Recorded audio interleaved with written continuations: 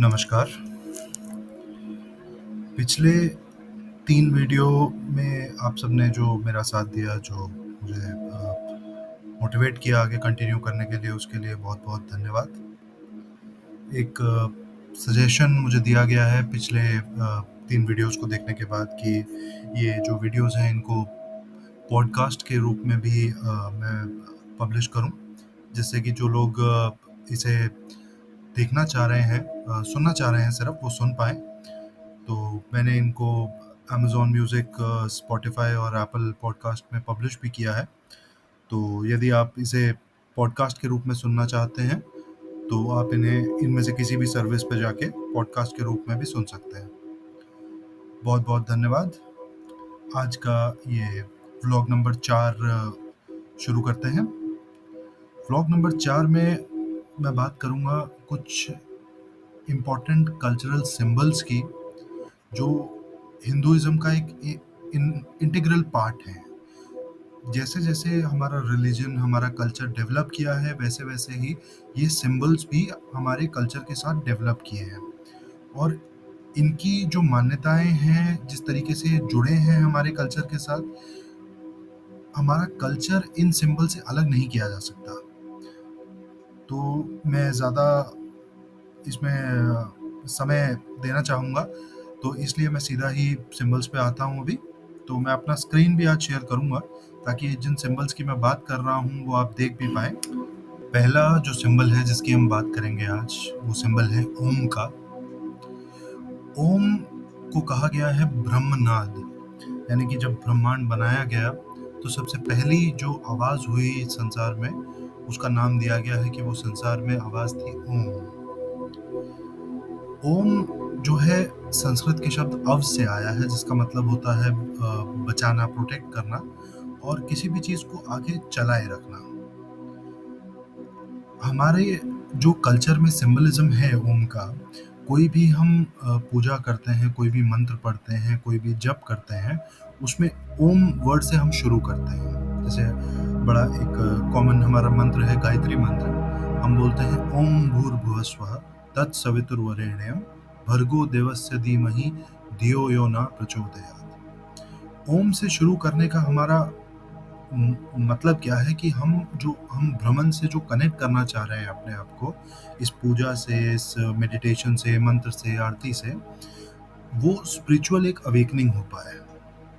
तो मैं इसमें एक एग्जांपल लेना चाहूँगा कि आज हम कॉस्मोलॉजी स्टडी करते हैं कि जो संसार है वो कैसे बना, तो उसमें हम बिग बैंग थ्योरी स्टडी करते हैं। बिग बैंग थ्योरी में एक कंसेप्ट आता है कि जब बिग बैंग हुआ और संसार बना, तो एक माइक्रोवेव बैकग्राउंड आया।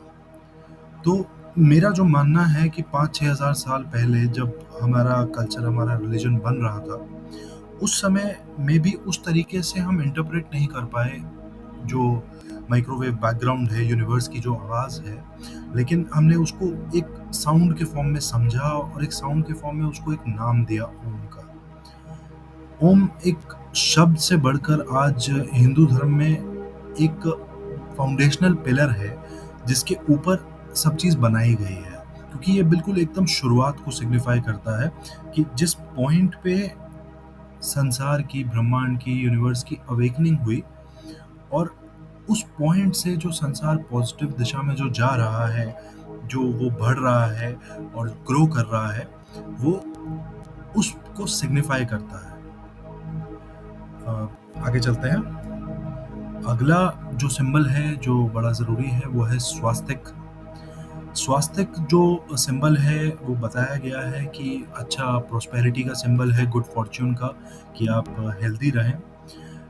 इसमें आप देखेंगे चारों दिशाओं में स्वास्तिक बनाया जाता है, उत्तर, दक्षिण, पूरब और पश्चिम। ये सिंबलाइज़ करता है कि हम हर दिशा में अच्छा, जो हम आरती करने जा रहे हैं, पूजा करने जा रहे हैं, वो हर दिशा में, चारों दिशाओं में उसका पॉज़िटिव इम्पैक्ट दुनिया में जाए। तो ये जो वर्ड है स्वास्तिक, ये आया है सु से, जिसका मतलब होता है अच्छा, और अस्ति, जिसका मतलब एग्ज़िस्ट करना।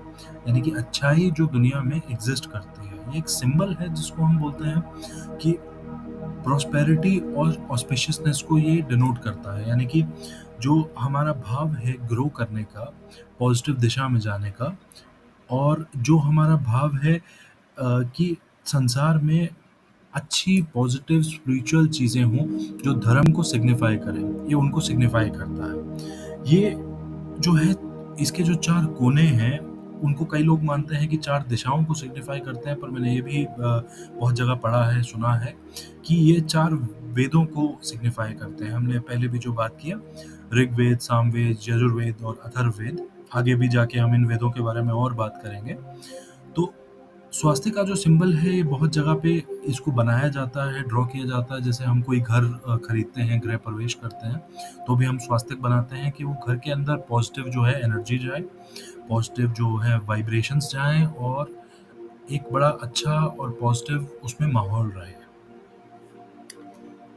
अगला जो सिंबल है तीसरे नंबर का, वो है पद्मा। पद्मा जो है एक लोटस का जो फ्लावर होता है, उसको कहा जाता है पद्मा। ये सिग्निफ़ाई करता है हमारे शुद्धि को, कि हम अपने मन से, अपने कर्म से, अपने तन से साफ़ हैं और हम एनलाइटेंड हैं, कि हम जानते हैं कि भ्रमण है और हम भ्रमण की तरफ बढ़ रहे हैं। हम कोशिश कर रहे हैं वहाँ तक जाने की। तो गीता के अंदर भगवद गीता के अंदर एक बड़ा अच्छा उपदेश है कि इंसान को पद्मा जैसा बनना है। चाहे मिट्टी के पानी में वो ग्रो करता है, लेकिन जो लोटस का फूल है, वो साफ रहता है, उसमें कोई दाग नहीं होता, उस पे पानी जमा नहीं होता। वो डिटैच्ड रहता है अपने आस-पास की नेगेटिविटी से। तो चाहे हमारे जीवन में, चाहे हमारे संसार में बुरी चीज़ें हों, तो भी हम पद्मा के प्रिंसिपल को, लोटस के प्रिंसिपल को अपनाएँ और हम जो है एकदम अपने आप को पॉजिटिव और स्पिरिचुअली एनलाइटेंड रख पाएँ, चाहे जितनी भी अच्छी या बुरी सिचुएशन हो। इसको बोला जाता है, पद्मा की जो रिप्रेजेंटेशन है हमारे कल्चर में, जो हमारी बुक्स में है, स्पेशली जो मॉडर्न बुक्स में रेफ़र कर रहा हूँ, पुरानी किताबें नहीं, जो लिखी गई हैं 19वीं सदी के बाद। तो उसमें पद्मा का एक विवरण ऐसा भी बताया गया है कि Padma is the unfolding of spiritual journey. कि जैसे विष्णु भगवान हैं, वो अ, धरती पे आए, कृष्ण का अवतार लिया उन्होंने और उन्होंने गीता का उपदेश दिया। तो पद्मा का जो एग्ज़ाम्पल है, दैट बिकेम द पॉइंट जहाँ पे शुरुआत हुई एनलाइटनमेंट की। तो ये बड़ा एक इम्पोर्टेंट सिंबल है और इसका पूजा में, भक्ति में बहुत शुद्धि को दिखाने के लिए, कि हमारे मन में, हमारे कर्म में, हमारे धर्म में शुद्धि है, इसको दिखाने के लिए इसको हम इस्तेमाल करते हैं। चौथा जो रिलीजियस सिंबल है, वो रादर एक सिंबल नहीं है, बहुत सारे सिंबल हैं। उनको मैंने एक साथ जोड़ के कहा है मूर्ति, क्योंकि आप किसी मंदिर में जाएँगे, आप किसी घर पे मंदिर स्थापित करेंगे या कहीं भी जाएँगे, तो आप देखेंगे कि वहाँ एक मूर्ति होती है। मूर्ति इटसेल्फ गॉड नहीं है। हिंदू रिलीजन में हम मानते हैं कि मूर्ति is the representation of divinity. जो मैंने पिछले 4 व्लॉग में कंटीन्यूअसली जो बात कही है, कि भ्रमण जो है वो हर चीज़ में है, जो जीवित है, अजीवित है, इंसान है, जानवर है, पक्षी है, पशु है, घास है, पेड़ है, सब सब चीज़ों में है, भगवान का एक अंश है। लेकिन जब हम पूजा करने जाते हैं, तो बहुत जो पुजार्थी होते हैं, पुजालु होते हैं, उनको जो फ़ोकस करने के लिए, कंसंट्रेट करने के लिए एक ये सिंबल हमने बनाया है, कि आप जो है भगवान को, भगवान के कई रूपों को, जैसे शिव भगवान को, विष्णु भगवान को, कृष्ण जी को, राम जी को, सरस्वती माँ को, आप जो है एक मूर्ति के फॉर्म में आप उनका पूजन कर सकते हैं। और अगर आप मन में अपना जो है फ़ोकस करने में आपको डिफ़िकल्टी होती है, तो आप मूर्ति के आगे हाथ जोड़ के नमस्कार करके आप पूजन कर सकते हैं। उसमें भी आपको वही सेम पॉज़िटिव एनर्जी मिलेगी, जो आपको पॉज़िटिव एनर्जी अपने मन में पूजा करने पे मिलती है। तो ये बात मैंने पहले भी कही है कि कोई सही तरीका नहीं है, सभी तरीके सही हैं। जैसे आप भगवान को डिवोट करना चाहें, अपना जो है प्रेयर करना चाहें, मेडिटेशन करना चाहें। मूर्ति एक बड़ा इम्पोर्टेंट सिंबल है, क्योंकि ऑलमोस्ट हर मंदिर में हम मंदिर के फोकल पॉइंट पे मूर्ति को रखते हैं, कि वहाँ पे सारा हमारा ध्यान जाए, हमारी अटेंशन जाए, क्योंकि वहाँ पे हम मानते हैं कि वो रिप्रेजेंट कर रहा है हमारे डिवाइन को, हमारे भगवान को। अगला जो रिलीजियस सिंबल हिंदुइज्म से जुड़ा हुआ है, वो है नमस्कार। संस्कृत में नमः का मतलब होता है किसी को आदर से बो करना, झुकना, अपना सर झुकाना, और करा का मतलब होता है एक्शन। इसका नमस्कार का टोटल मीनिंग होता है कि मैं आपके सामने हाथ जोड़कर, सर झुकाकर आपको रिस्पेक्ट देता हूँ, आदर देता हूँ। हमने माना है हिंदू रिलीजन में कि जो भ्रमण है वो हर किसी में है, हर किसी के अंदर भ्रमण का अंश है। चाहे वो इंसान है, चाहे वो कोई दूसरा व्यक्ति है, चाहे वो भगवान है, मूर्ति है, कोई भी है।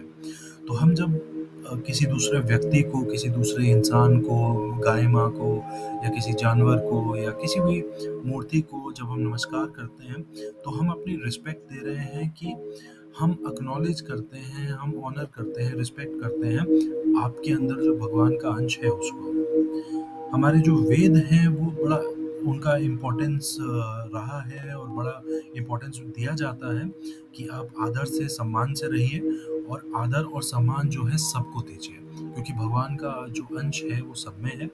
तो जैसे हम भगवान की मूर्तियों को आदर देते हैं, भगवान को अपने मन में आदर देते हैं, वैसे ही हम अपने जिनसे मिलते हैं संसार में, जैसे हम बाहर जाते हैं, सबसे मिलते हैं, तो सबको नमस्कार करें, आदर दें।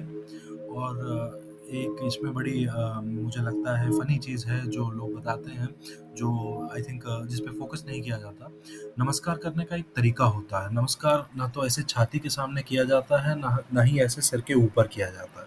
नमस्कार किया जाता है यहाँ पर, आपके नाक के एकदम सामने हाथ आए और आप सर झुकाएँ और आदर से नमस्कार करें। आगे बढ़ते हैं। अगला जो हमारा कल्चरल सिंबल है, जो मुझे लगता है जिससे एक बड़ा हिंदुत्व को दुनिया भर में पहचाना जाता है, वो है तिलक, क्योंकि हम अपने माथे पर तिलक लगाते हैं। तिलक को वेदों में बताया गया है कि अजना चक्र, जो तीसरी आँख जो बताते हैं, जिसके बारे में हम आगे जाके और भी बात करेंगे, जो हमारे इंट्यूशन का, कि हमको जो अंदर से पता रहता है कि सही क्या है, गलत क्या है, जो स्पिरिचुअलिटी है, जो हमारी विज़डम है, जो हमारा ये है कि हम समझदार तरीके से धर्म को, कर्म को पालन करें, उसकी जो सीट है उसको बताया गया है अजरा चक्र। तो तिलक लगाते हैं हम उस चक्र को उजागर करने के लिए, एज़ अ सिंबल कि हमारा जो अब हम पूजा कर रहे हैं, आरती कर रहे हैं, मंदिर में जा रहे हैं, नमस्कार कर रहे हैं, नमन कर रहे हैं, ये बड़े अच्छे साफ दिल से कर रहे हैं और हम डेडिकेटेड हैं अपनी तरफ भी और भगवान की तरफ भी। और हम कोशिश करेंगे, मानेंगे कि हम अच्छे कर्म करेंगे, अच्छे धर्म के कर्म करेंगे।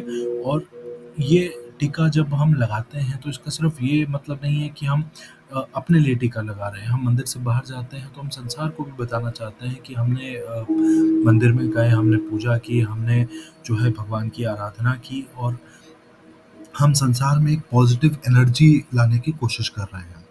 तो ये एक बड़ा इम्पोर्टेंट मैं मानता हूँ सिंबल है, जहाँ कि चाहे वो तिलक है, चाहे वो बिंदी है, चाहे वो कोई भी इस तरीके का वो है जो हम अपने माथे पे लगा रहे हैं, जिससे हम अपने आप को और संसार को बता रहे हैं कि हम कोशिश कर रहे हैं समझदार बनने की, अच्छे कर्म करने की, धर्म के कर्म करने की और सही दिशा पे जाने की। अगला जो सिंबल है वो है त्रिशूल का। तो त्रिशूल बड़ी कॉमन चीज़ है जो बताई गई है, भगवान शिव के साथ उसे जोड़ा गया है।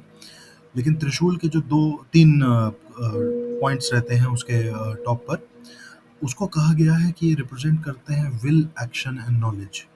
यानी कि हमारी दृढ़ता किसी काम को करने की, एक्शन मतलब कर्म करने की, और नॉलेज मतलब ज्ञान की। ये 3 जो फंडामेंटल एस्पेक्ट हैं हमारी ज़िंदगी के, कि ज़िंदगी बनती है, ज़िंदगी चलती है और ज़िंदगी ख़त्म होती है, ये त्रिशूल के 3 कोनों की तरह इनको माना गया है। त्रिशूल भगवान शंकर का जो एक अस्त्र भी है और उनको रिप्रेजेंट करने के लिए भी बहुत जगह इस्तेमाल किया जाता है। इसको माना गया है कि this is the symbol of divine authority, कि जहाँ पे त्रिशूल है वहाँ भगवान विराजमान है, वहाँ शिव भगवान हैं, और वो संसार में ध्यान रख रहे हैं कि सब चीज़ पॉजिटिव हो, सब चीज़ सही हो, और जिस चीज़ का समय आ गया है, पूरा हो गया है, वो चीज़ समय से नष्ट भी हो ताकि उसके बाद कुछ नई चीज़ बन सके। तो ये बड़ा एक इम्पोर्टेंट सिंबल है, क्योंकि बाकी जो हमने सिंबल देखे वो सारे पॉजिटिव डायरेक्शन में जाते हैं। लेकिन ये एक सिंबल है जो बैलेंस रखता है, जो पॉजिटिव और नेगेटिव दोनों को साथ में बयाँ करता है। इसके जो 3 पॉइंट हैं, वो कहते हैं कि चीज़ें बनेंगी, चीज़ें चलेंगी और चीज़ें एक दिन खत्म भी होंगी। तो ये बड़ा इम्पोर्टेंट सिंबल है, बड़ा ही पावरफुल सिंबल है। अगला जो सिंबल है वो भी शिव जी से जुड़ा हुआ है, वो है रुद्राक्ष। ऐसी मान्यता है कि शिव जी के आँख से जब आँसू गिरा, धरती पर गिरा, तो जो पेड़ हुए, उस पेड़ से जो बीज निकला, वो बीज था रुद्राक्ष का। रुद्र जो है शिव जी का नाम है और अक्ष का मतलब होता है आँख।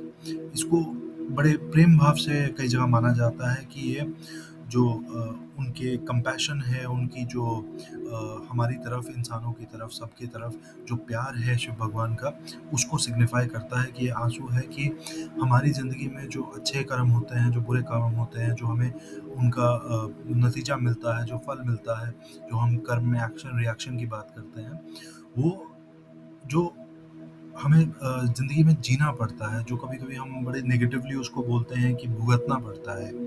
ये आंसू सिग्निफाई करता है कि भगवान हमारी तरफ बड़े काइंड हैं, बड़े कंपैशनेट हैं। भगवान चाहते हैं कि हम स्पिरिचुअली ग्रो करें, हम पॉजिटिव रहें, हमारी जो वेल बीइंग है, हमारी जो हेल्थ है, हमारी जो वेल्थ है, हमारी जो प्रॉस्पेरिटी है लाइफ में, हमारी सोसाइटी की, हमारे देश की, वो बनी रहे। तो रुद्राक्ष एक मैं मानता हूँ कि ये नॉलेज का और प्रेम का सिंबल है कि भगवान भी हमसे उतना ही प्रेम करते हैं जितना हम उनसे करें। आगे बढ़ते हैं। अगला जो सिंबल है आगे का, उसका नाम है कलश। कलश का सबसे इम्पोर्टेंट इस्तेमाल किया जाता है हवन करने में। जब हम हवन करते हैं सुबह के समय, तो एक पानी रखा जाता है कलश के अंदर, और वो रिप्रेजेंट करता है सोर्स ऑफ लाइफ, कि जो ज़िंदगी है वो पानी से बनी है, पानी से चलती है, और जो पानी है उसको हम बड़े आदर से, बड़े सत्कार से हम सजा के रखते हैं, क्योंकि उसी पानी से हम चल रहे हैं। पुराने जो ज़माना था, जब 5-6 हज़ार साल पहले जब ह्यूमन सिविलाइजेशन जस्ट स्टार्ट हो रही थी, तब हमने हिस्ट्री में पढ़ा है, हमने देखा है कि जितने भी बड़े शहर बने दुनिया भर में, वो नदियों के किनारे बने, क्योंकि सबसे अहम चीज़ सिविलाइजेशन बनाने के लिए जो ज़रूरी था, वो था पानी। पानी का बड़ा इम्पोर्टेंस है, बड़ा महत्व है। इसको लाइफ और फर्टिलिटी, जो ग्रोथ है, प्रॉस्पेरिटी, उससे जोड़ा जाता है। कलश जब हवन में इस्तेमाल होता है, तो आमतौर पे इसमें एक नारियल भी रखा जाता है, कोकोनट रखा जाता है, और आम के पत्ते, मैंगो लीव्स को रखे जाते हैं। कलश को सजाने से, उस पे स्वास्तिक बनाने से, उसके हवन के जो कुंड है हवन का, उसके पास रखने से हम बोलते हैं कि वहाँ पे जो डिवाइन प्रेजेंस है, ब्रह्मन की प्रेजेंस है, भगवान की प्रेजेंस है, और भगवान का आशीर्वाद है कि जिस काम के लिए हम हवन करने जा रहे हैं, जिस काम के लिए हम भगवान से आराधना अर्चना करने जा रहे हैं, वो काम सफल हो, सक्सेसफुल हो, और हम एक पॉजिटिव और सही तरीके से उस काम को अंजाम दे पाएँ। अगला जो सिंबल है वो है शंख, कॉन्क जिसको बोलते हैं। शंख को बजाया जाता है सेरेमनीज़ के, रिलीजियस जो हमारी पूजा होती है, आरती होती है, इसके शुरुआत में और इसके एंड में। मतलब शुरू होते समय शंख बजता है, और जब ये पूजा खत्म होती है उस समय भी शंख बजाया जाता है। ये एक बड़ा सेक्रेड रिचुअल इसे माना गया है। ये इवन जब श्री राम के युद्ध हुआ रावण के साथ, उसमें भी शंख बजाया गया है, उसके बारे में लिखा गया है रामायण में। जो महाभारत में जो युद्ध हुआ, 18 दिन जो युद्ध चला, उसमें भी 18 के 18 दिन युद्ध शुरू हुआ शंख बजाने से, और शाम को युद्ध रोका गया शंख बजाने से। शंख की जो आवाज़ है, कहते हैं वो ओम की आवाज़ है। ये सिग्निफाई करता है कि जो भी चीज़ हम करने जा रहे हैं, वो अब शुरू होने जा रही है। जो हमारी कर्म है, जो हम इस पॉइंट के बाद करेंगे, वो प्योर रहेंगे, पॉजिटिव रहेंगे, और भगवान हमारे साथ रहेंगे। तो ये बड़ा एक इम्पोर्टेंट सिंबल है जो हमसे जुड़ा है, जो हमें बताता है कि ओम, जो हमने पहले बात की कि संसार में जो शुरुआत हुई वो ओम से हुई, और आज जो हम कर्म शुरू करने जा रहे हैं, चाहे वो पूजा है, चाहे वो युद्ध है, चाहे वो एग्ज़ाम की तैयारी है, चाहे वो कोई कोई भी ऐसी चीज़ है जो हम शुरू कर रहे हैं, उसमें शंख की आवाज़ एक बिगिनिंग नोटिफ़ाई करता है, हमें बताता है कि हम बड़े साफ दिल से, बड़े ही भगवान के आशीर्वाद के साथ वो शुरू करने जा रहे हैं। ये हमारे जो सिंबल्स की चर्चा रही, आज थोड़ी लंबी रही, लेकिन ये सिंबल्स बड़े ज़रूरी हैं, बड़े इम्पोर्टेंट हैं हमारे कल्चर को समझने के लिए, हमारे रिलीजन को समझने के लिए, और उसके डिफरेंट जो कॉन्टेक्स्ट हैं उनको जोड़ने के लिए अपने साथ, ताकि हम सही जो सीख रहे हैं, जो समझ रहे हैं, उसको सही दिशा दे सकें। ये सुनने के लिए बहुत बहुत धन्यवाद। अगला जो हमारा व्लॉग रहेगा, व्लॉग नंबर 5, उस पे हम फ़ोकस करेंगे हिंदुइज़्म और जो नेचर है, प्रकृति है, कैसे हम लोग जुड़े हुए हैं और क्या हिंदुइज़्म में सिम्बोलिज़्म है, क्या मीनिंग है और क्या हम किस भावना के साथ नेचर को, प्रकृति को देखते हैं।